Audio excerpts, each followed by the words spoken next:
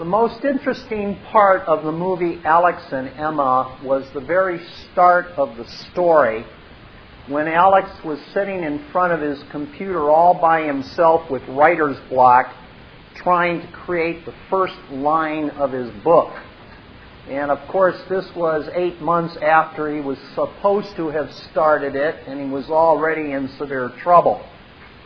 And for the first line of his book, he started out and he typed something like, "Fred Smith was a common man."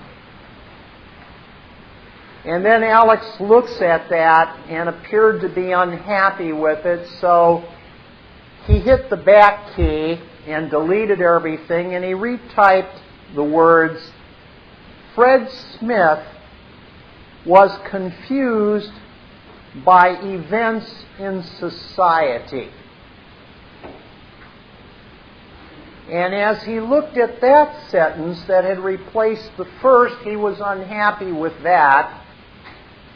And he backspaced again until the computer was left on with a blank screen and just a blinking cursor.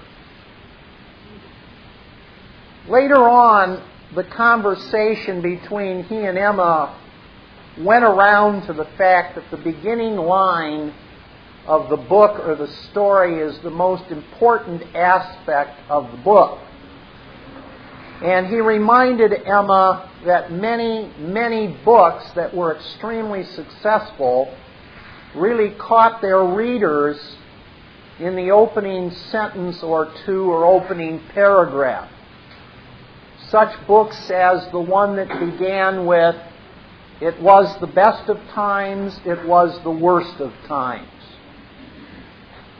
And so, according to Alex, he knew enough that he had to spend some time on that opening sentence. Remember, what isn't said is more important when it comes to law than what is said.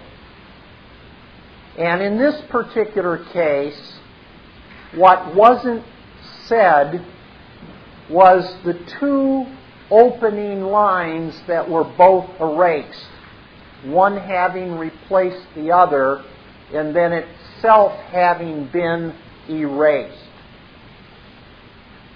The first time Alex said it, it was that Fred Smith, or whatever the name of his character was a common man. That was basically Alex.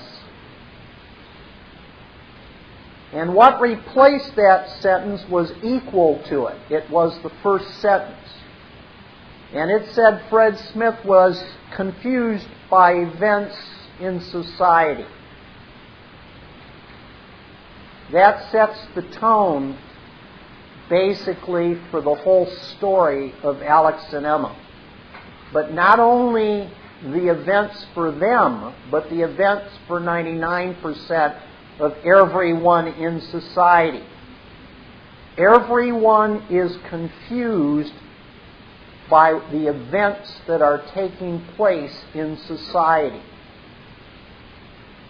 Nobody understands what the court system is doing, what the lawyers are doing, what the politicians are doing, what the bankers are doing. Nobody understands what the Creator is doing. So it was what was unsaid by Alex and Emma that was the most important aspect of that whole movie. It was the opening communication, and it was erased from the face of the movie unless you can recall what it is and understand that they just introduced the whole story to you. Because what Alex and Emma is all about is the mixture of the living characters and the straw men and the stories and the inventions and the dreams we all have. And what is real and what is imaginary, and what it takes in order to have successful relationships, both with those that you would love, those that you must deal with, and those that you might call your enemies. It's kind of a cute movie. Alex calls it a comedy. But in reality, there's a lot of problems going on there. There is plenty of threesomes and trios. And there's murder involved and death being planned. And there are women vamps and there are nice girls. And there's competition for which one is going to get the guy and the hero. And it all deals with reality and illusion. I really can't understand why the critics couldn't see at least something in that movie to appreciate, but maybe that was its problem.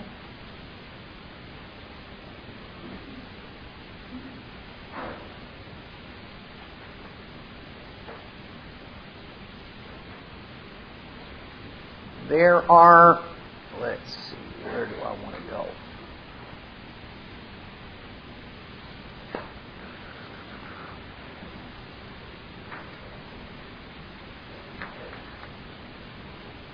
I got an email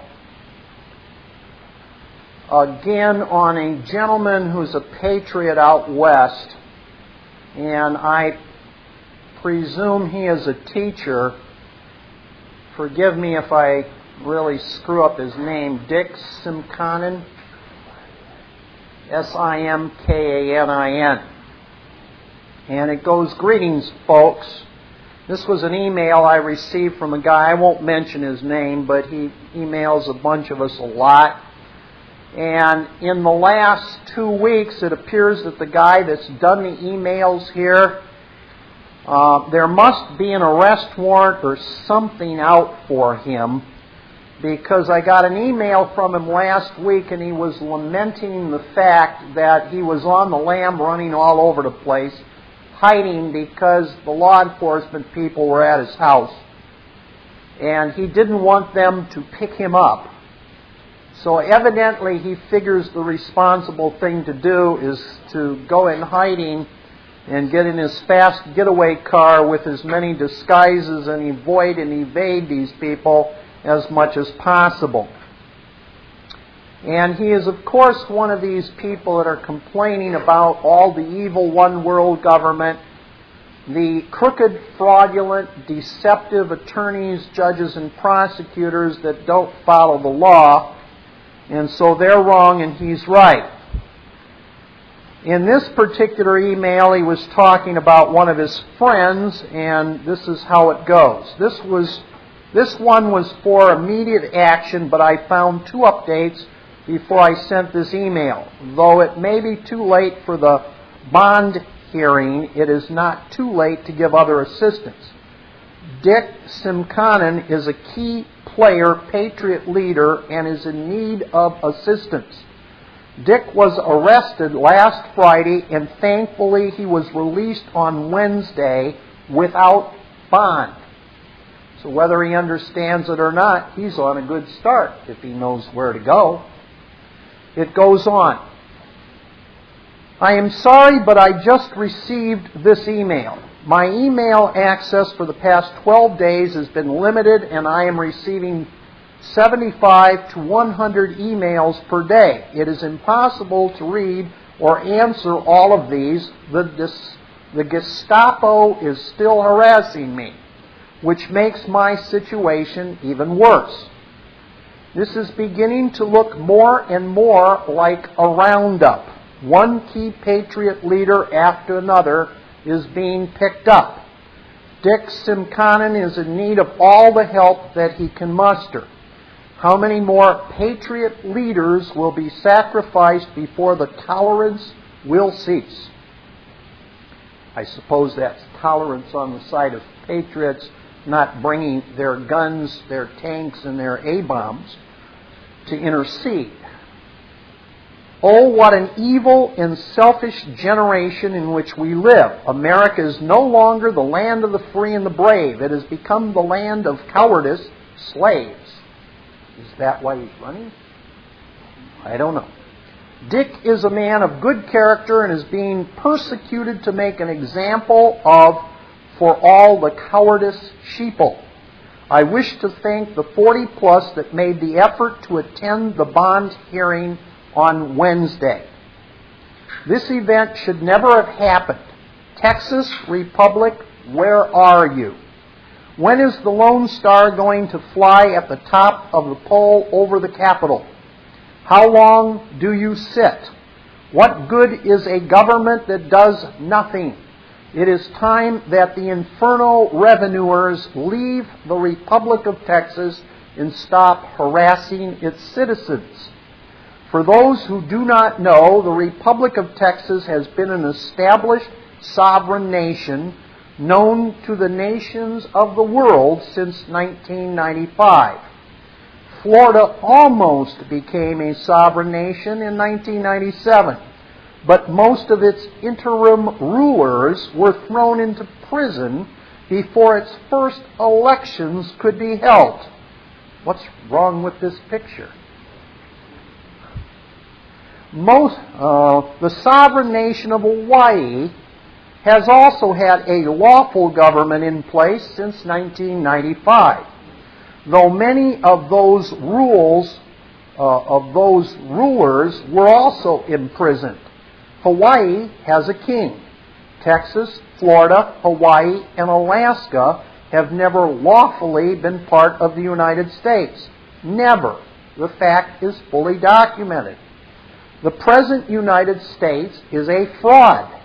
In fact, I have every reason to believe that none of the Confederate States have ever lawfully been part of the United States. So-called statehood was forced on them without representation and at the barrel of a gun.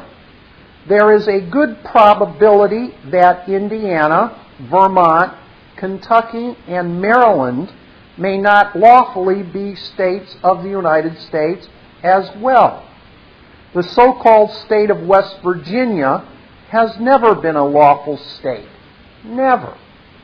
Part of it is land belonging to the Commonwealth of Virginia, and the remainder to a state known as Keneal.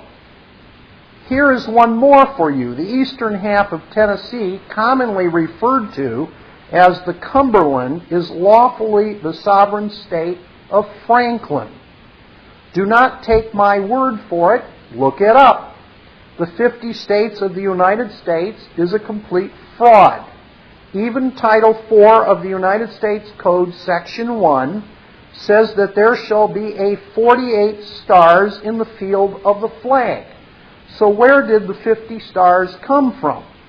I know, so please do not send me a bunch of stupid letters telling me how it happened. The answer is real easy: fraud and misrepresentation. But, wait a minute. Is not the Infernal Revenue Service also a fraud? Right from the pits of hell? It amazes me that so many people are so anxious to finance their own destruction. You mean to say that you are still filing? Ha ha ha! I have not filed since 1975. And he's escaping. Your signature gives or grants the IRS or any pseudo-government agency jurisdiction. Stop giving your signature away. Wake up before it is too late. Here is the solution to the whole matter is found in the book of law at 1 Samuel chapter 15. When this becomes reality in the mind of Christians throughout the world, there will not be a rock left for these devils to crawl under. Have you read the 13 bloodlines from hell? In Yahweh's service, and then signed by our hero, the one that's on the run.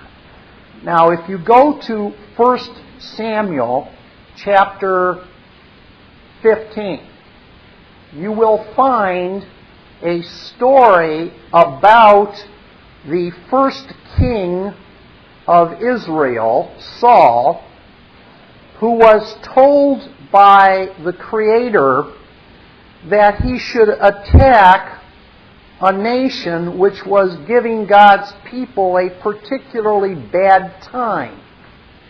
And when they attacked that nation, they were to destroy every man, woman, and child, and all the goods, and all the cattle, and every living thing that they came across. And what Saul and his army did is they destroyed everything of lesser value and kept all the cattle and all the goods of greater value and took it back home with them under the pretense that they were going to sacrifice it to God, which is what God asked them to destroy it to begin with for as a sacrifice to Him. But they decided that we shouldn't give it directly to God through a sacrifice if it was that good. First, we ought to take it home and appreciate what we're sacrificing to God. Then we'll give it to Him. So Samuel got word that he should go talk to Saul and tell Saul that because he doesn't know how to obey a draft and he goes into a dishonor, that because of that, God, the drawer, who humbled himself to give Saul a job as the drawee, was taking back the commercial energy from Saul. And he told Samuel to tell Saul that Saul would no longer have his family as the pick of the successors to run his people.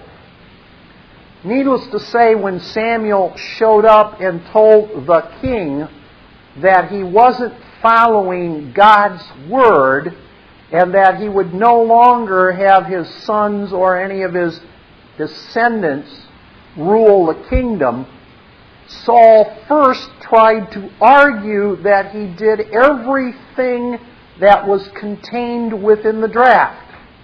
Why, we brought all these really super good things home so we could sacrifice them to God. To which Samuel went, beep, nope, I don't think you did that right. And so Saul, understanding that he was losing the argument, well, he lost when he started arguing, decided to fall down on his knees and ask Samuel to intercede and get God to change his order. To which Samuel says, God doesn't make mistakes like humans, and He doesn't change His orders. To which Saul pleaded with Samuel, at least come with me while I explain to the people that we're going to have to carry out His order. Back me up. To which Samuel first said no, and then he said okay, and he followed Saul to the public meeting in which Saul instructed the people to destroy all the things that they had kept. But after that, Samuel left Saul's presence and never spoke to Saul again as the agent of God for the rest of Saul's life. What part of 1 Samuel chapter 15 deals with the circumstances we now see in America?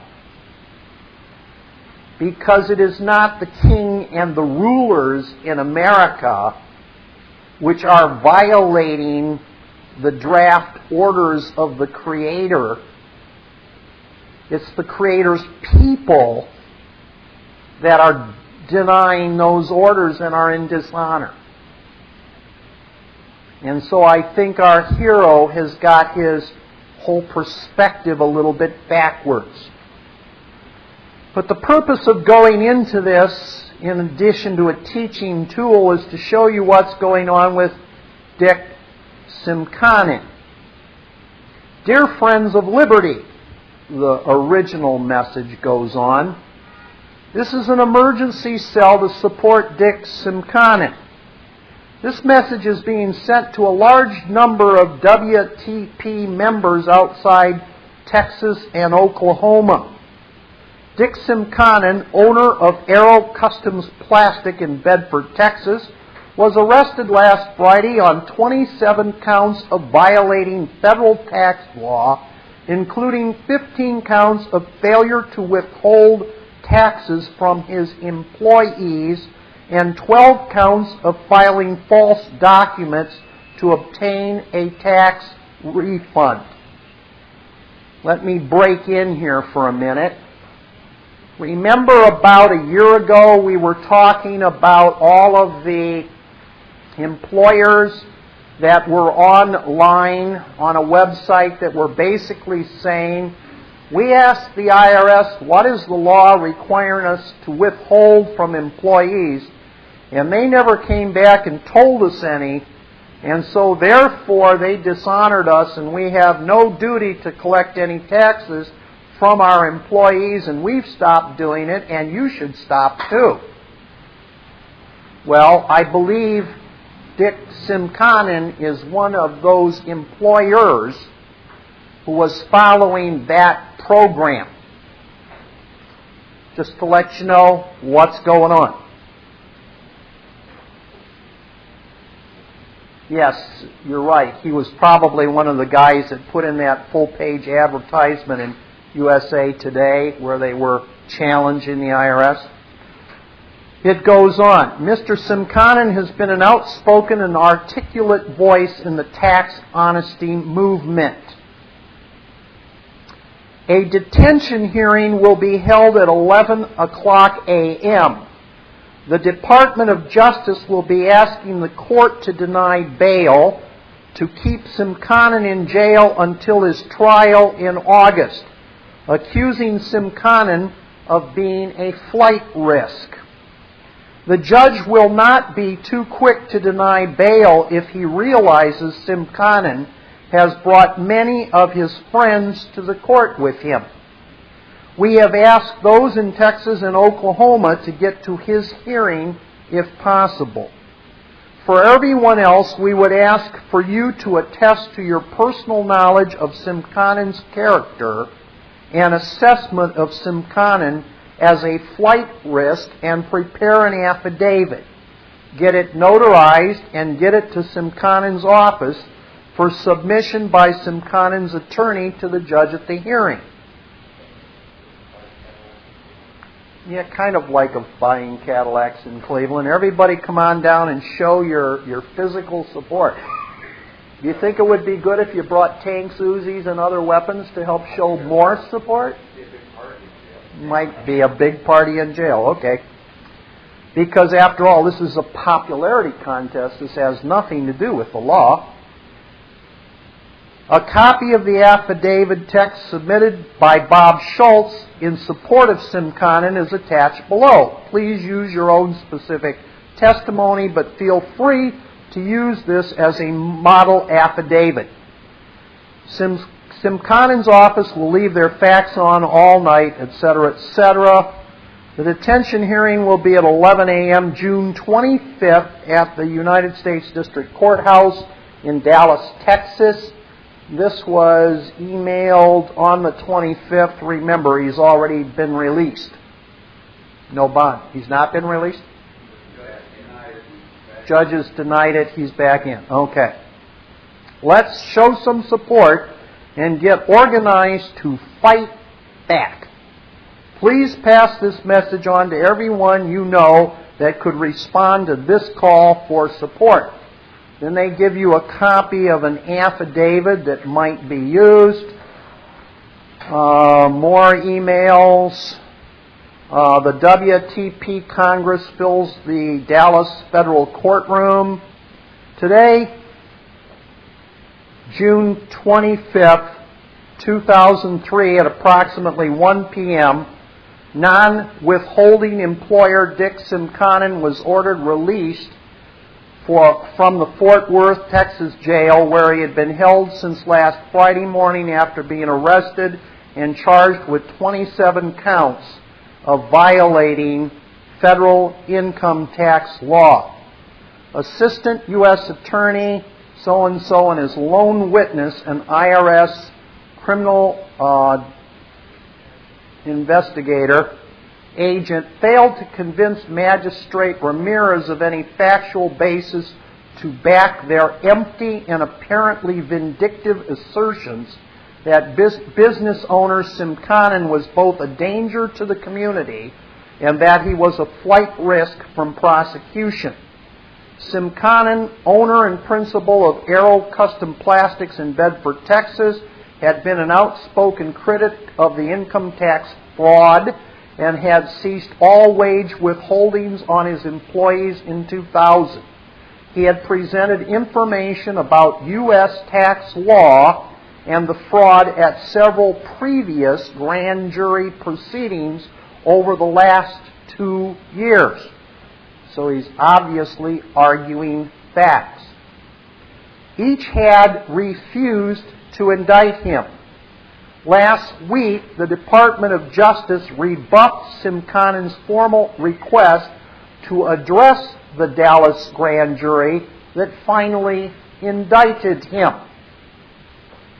So the procedure is, if you allow him to give word to the grand jury, they'll be confused and won't indict him.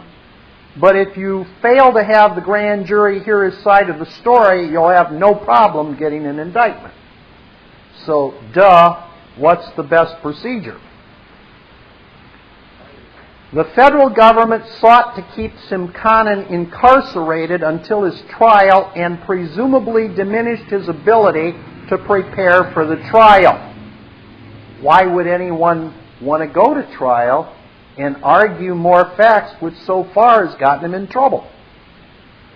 Accordingly, witnesses at the detention hearing, the U.S. attorney and his sole witness proffered that Simconin was a flight risk because he allegedly invested in a hotel in Belize in the mid-1990s, vacationed in the Bahamas during the early 90s, had 2 business cards in his wallet from someone outside the U.S. when he was arrested, quoted a passage from Scripture on his website, and refused to permit the local fire department to perform a safety inspection at Aero Plastics until they produced a proper legal warrant.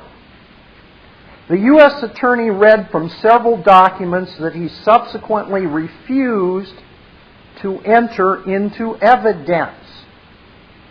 What have we been saying? They don't want any evidence. All they're doing is assumptions and presumptions. And objected when Simconin's attorney, Wooster, read from evidence that he, Wooster, offered to have admitted. On cross-examination by Wooster, the IRS agent admitted that his testimony was less than honest when he testified on direct that, quote, Dick made an affidavit that he was not a U.S. citizen, unquote. Further, the IRS offered no evidence that Dick had property in the Bahamas or Belize, had been out of the country in the past 3 years, had any money stashed outside of the country, or had ever ignored any order of any court.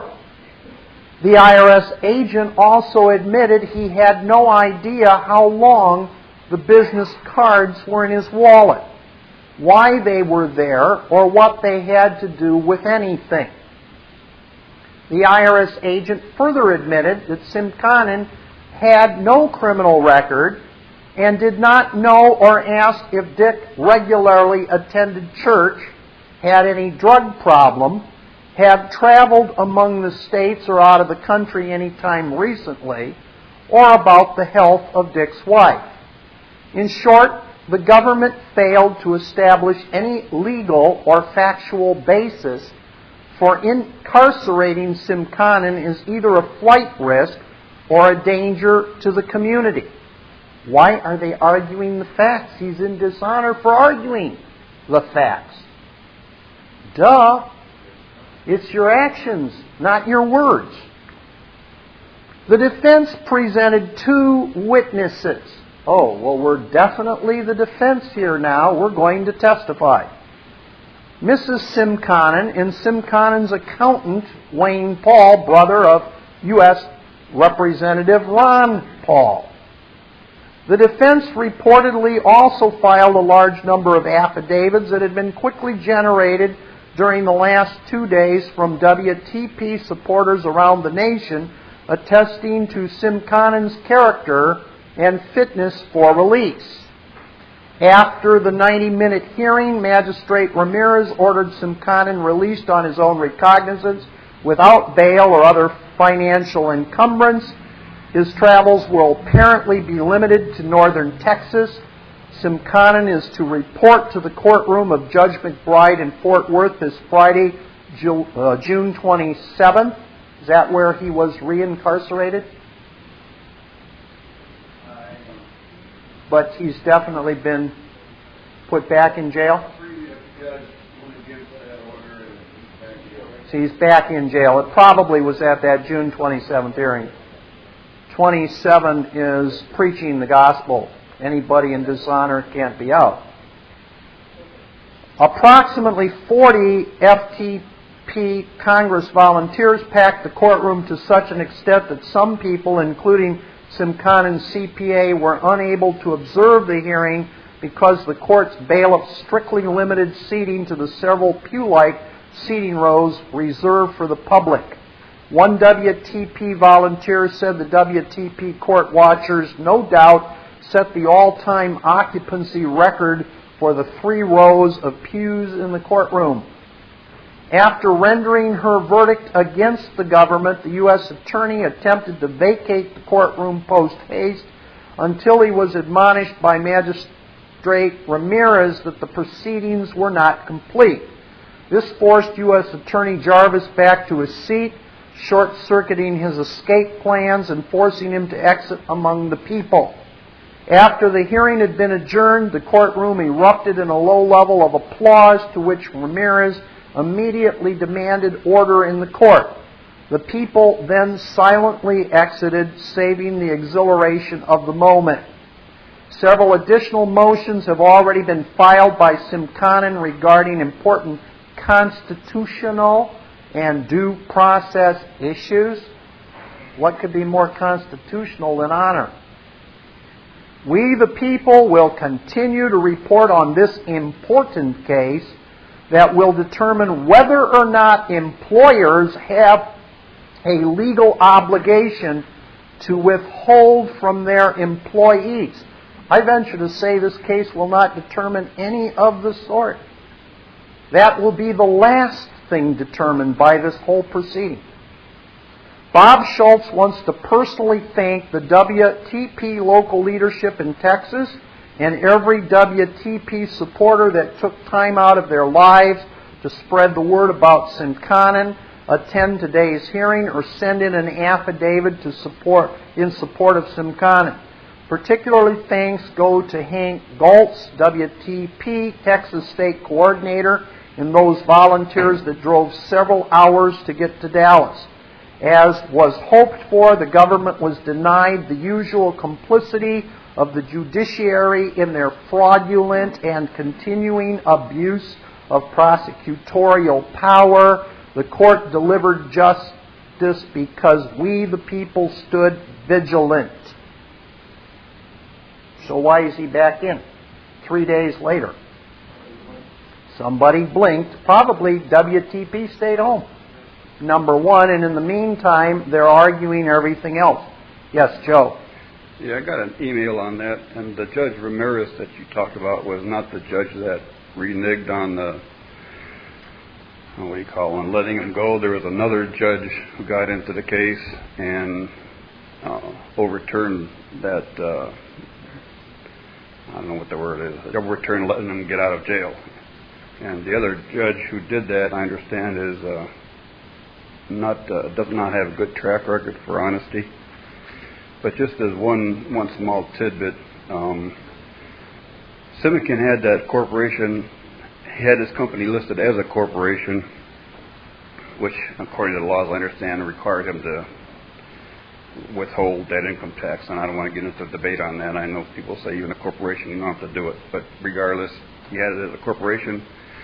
He has since then disbanded the corporation and got the company as a sole proprietorship. And in a sole proprietorship, even in the corporate lingo, you have no duty to withhold taxes. Now, that's nothing to do with what's going on in this meeting, but I just thought I'd throw that out. So he's supposedly is back in jail, trying to get the judge, new judge, another judge, to reconsider. Thanks, Joe. You have a comment? I was going to ask you about the church in Indiana. Didn't they do the same thing? And didn't they close the church?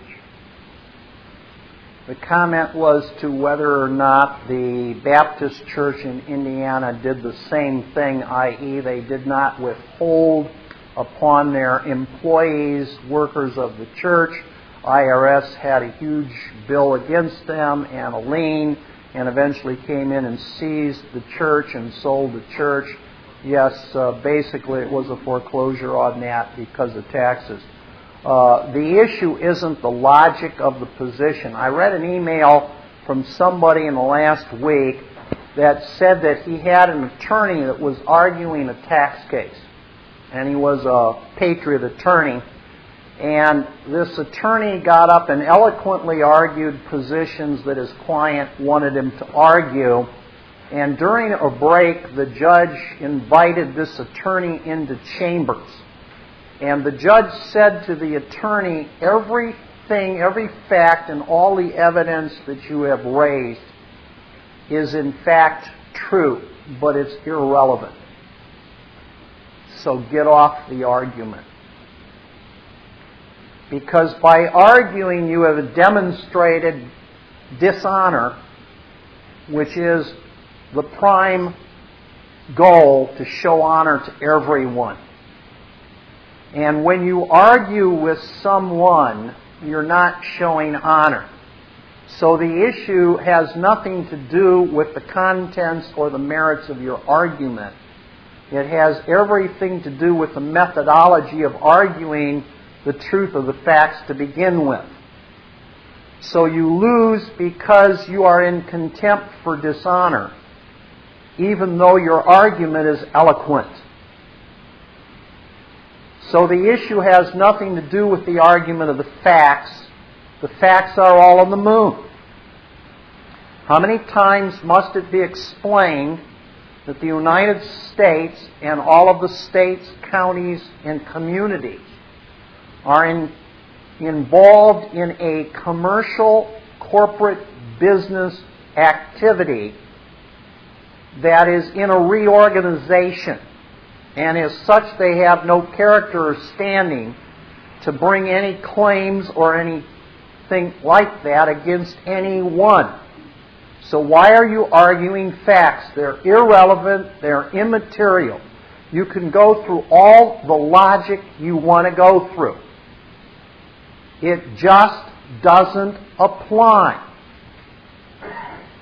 What's going on is by arguing you dishonor them. So stop the argument. The answer is in going to peace, not going to war. Did anybody see the movie that came out this weekend called 28 Days After? It kind of had a surprising opening weekend. It's a British movie, and it's advertised to be scarier than all get out. That you may go running out of the theater after the first 5 minutes. Well, there is one event in there particularly which will probably at least get your hair interested in assuming a new position for at least a short period of time. I don't care how brave you are and how much you like the movie. But there is a very interesting story about 28 Days After. You can go on the internet and download about a 5 or a 6 minute promo of the movie, and it sets it up and shows you exactly what's happening. it appears as though there's this research organization somewhere in the heart or around London. And it has a number of caged monkeys, primates, in its laboratory under lock and key. And amongst other things, the monkeys are shown pictures on television of all kinds of human violence. And the monkeys are forced to watch it in their cages day and night.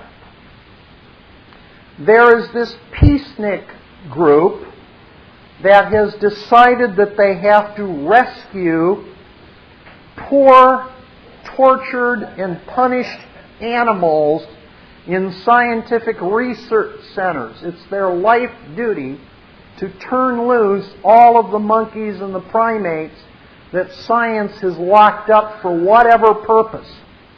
So a group of 4 or 5 break into this laboratory on the weekend. They get into this lab and they are so sad for all these monkeys in these cages being tortured, watching all these TV sets with human violence, that they decide they're going to have to turn them all free. That's what they broke into this lab to do. And as they start to do that, a geeky-looking lab dude accidentally discovers that they've broken into the facility. And he goes to the phone to call security, but they see him, immediately grab him, and threaten his life if he does anything to alert anyone. We're here to free the monkeys and make the world safe for happy, free, easygoing monkeys. The lab technician trying to explain to them that that would be a colossal mistake because these monkeys had an infection. And if they allowed them to escape, the whole planet would die. To which, for a sobering 5 seconds, the team of would-be monkey releasers looked seriously at the lab tech and said, "What are they infected with?" To which the lab tech responded, "They're infected with rage." To which our 4 or 5 heroes could not stop laughing, having assumed and presumed that the rage was mentally induced by watching the television. There was no stopping them from releasing the monkeys. And so the one girl among them immediately went up to the one cage to release this cute, nice-looking little monkey. And when she lowered the cage door, it immediately leaped on her and started chewing on her face and shoulder until she was a bloody mess, and within 30 seconds she had gotten a communicable disease, virus, and our hero, this geeky-looking little lab guy, had told the absolute truth. To which the next scene is basically 28 days later, and all of London is a ghost town. Except for one man that wakes up in the hospital attached to all kinds of serums and drips. And when he wakes up, he's coming out of a 28-day sleep. And as he walks the hospital, there's nothing but destruction and no one to be seen anywhere. As he walks the whole city, it's totally empty. There's no radio, there's no television, there's no traffic, there's no planes. Finally, he walks into a church. And as he's standing in the balcony of the church and looks down in the church, the pews are filled with dead corpses. How's that for a statement? Nothing in the church 501c3 saved them. He cries out, "Hello, is there anyone here?" And he sees fleeting motion downstairs.